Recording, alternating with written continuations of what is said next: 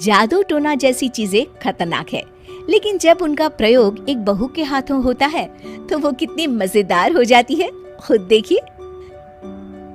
रामगढ़ गांव में सुधा रहती थी।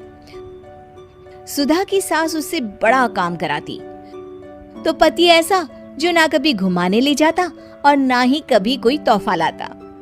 बेचारी इस बात से हमेशा दुखी रहती, लेकिन एक दिन उसकी जिंदगी बदल जाती है। अरे सुधा, सारा दिन न जाने क्या क्या सपने देखती रहती है। जाकर कुछ बढ़िया सा खाना बना कर ले आ। सपना ना देखो तो क्या करूं? मेरे तो कर्म ही फूट गए जो ऐसे घर में शादी हो गई। इससे अच्छा तो माँ जी कोई फुल टाइम मेड ही रख लेते। ओहो, बढ़िया ही फुल टाइम मेड रखने वाली। मेरे बेटे के लिए तो विलायत से रिश्ते आ रहे थे। वो तो तेरे पापा ने तेरी इतनी झूठी तारीफ कर दी कि हमारा तो मन ही पिघल गया। अच्छा, विदेश से रिश्ते? वाह माँ जी वाह। अरे भगवान से तो डरिए, विलायती बहू लाकर क्या गाय का गोबर लिपवाती? बहू बहू होती है, ना वो देशी होती है ना विलायती। बहू का काम सिर्फ सास की सेवा और घर का काम होता है।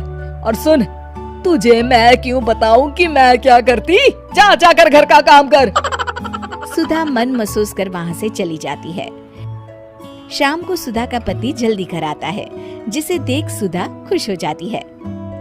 जी, आ गए आप? जरूर मुझे कहीं घुमाने ले जाने का प्लान होगा आपका। सब समझती हूँ मैं। अरे नहीं भाग्यवान, घूमना क्या है, बस आज जल्दी बस मिल गई तो घर जल्दी पहुँच गया। अच्छा सुनो, जरा आज शाम की चाय के साथ पकोड़े भी तल लेना, बड़ा मन कर रहा है। सुधा पति की बात सुनकर पैर पटकती हुई किचन में चली जाती है।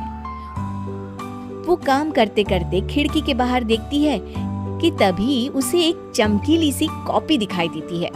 वो खिड़की से उस कॉपी को उठा लेती है और उसे खोल कर देखती है तो उसमें सुनहरे अक्षरों में लिखा होता है, जादुई किताब, इस पर जो लिखो वो सच होता है। सुधा उस किताब को देखकर खुश हो जाती है और जल्दी से पास रखी पेंसिल उठाकर उसमें लिख देती है, मेरी सास सारा काम कर दे। तभी उसकी सास किचन में आ जाती है और कहती है, अरे बहू, सारा दिन लगी रहती है काम में, अब जाकर आराम कर ले। मैं तेरे लिए चाय और गर्मा गर्म पकोड़े लेकर आती हूँ। सुधा ये देखकर हैरान हो जाती है और कॉपी लेकर कमरे में आ जाती है। तभी वो देखती है कि उसका पति आराम से बैठकर किताब पढ़ रहा होता है। सुधा झट से कॉपी निकालकर उसमें लिखती है, मेरा पति मुझे घुमाने ले जाए। बस फिर क्या था, सुधा का पति किताब बगल में रख देता है और उससे कहता है, बहुत दिन हो गए हम कहीं घूमने नहीं गए ना, चलो कल मैं ऑफिस से छुट्टी ले लेता हूँ। सुधा ये सुनकर खुश हो जाती है कि तभी उसकी सास हाथ में चाय और पकोड़े लेकर खड़ी हो जाती है। चलो बहू, कुछ खा लो। अरे किस्मत वाले हैं हम जो हमें तू मिली, वरना मेरे बेटे की शादी कहीं तय ही नहीं हो रही थी। कोई लड़की इस घर में शादी नहीं करना चाहती थी। ले बहू, खा ले। अब तो सुधा की बल्ले बल्ले हो गई थी। सुधा की सास और पति बस उसके इशारों पर घूमते। एक दिन सुधा को सास का हार पसंद आ जाता है।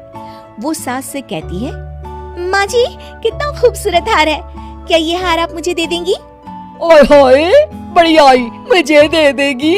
अरे तेरी माँ ने दिया है ना मुझे, जो मैं तुझे दे दूं? मैं अपने एक भी गहने तुझे कभी नहीं दूंगी। तभी सुधा अपने कमरे में जाती है और कॉपी में लिख देती है, सास के सारे गहने मेरे हो जाए। अब क्या था, थोड़ी ही देर में सास एक संदूक लेकर उसके कमरे में आ जाती है। बहू ये ले। ये क्या है माँ जी? बेटा ये मेरे गहने हैं, अब मुझ बुढ़िया पर तो ये अच्छे नहीं लगते। तेरी तो उम्र है पहनने उड़ने की, ये ले गहने तू ही रख ले। तभी सुधा की नजर उस हार पर पड़ती है जो सासू माँ ने पहना है। और माँ जी ये हार जो आपके गले पर है? सास हार उतारते हुए कहती है, हाँ बहू ये भी ले ले। फिर कान के टापस उतारते हुए कहती है, ये ले बेटा, तू ये भी ले ले। फिर एक एक कर वो अपने सारे पहने हुए गहने उतारने लगती है। ये भी ले ले बहू, ये भी ले ले। सुधा तो खुशी के मारे बौखला जाती है। हाँ हाँ, लाइए लाइए लाइए लाइए। तभी सुधा का पति उसके पीछे आकर खड़ा हो जाता है और जोर से चिल्लाता है, अरे सुधा, क्या हुआ? क्या लाइए लाइए कर रही हो? अरे जरा कढ़ाई में तो देख लो, सारे के सारे पकोड़े जल गए।